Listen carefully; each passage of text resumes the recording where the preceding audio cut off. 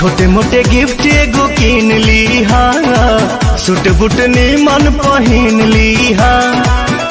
कटब अपने हाथे केक मुँह में खियाई हो, गाल पे लगाई हो।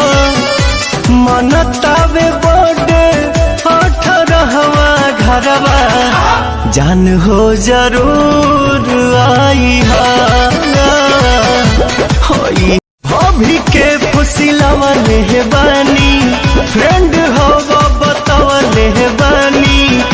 संगे वाला सेल्फी 2 दिन पहिले देखवले बानी। बर्थडे चांस तारांस को के जाई हो, जानी तू ल जाई हो। मनतावे बर्थडे 18वां घरवा, जान हो जरूर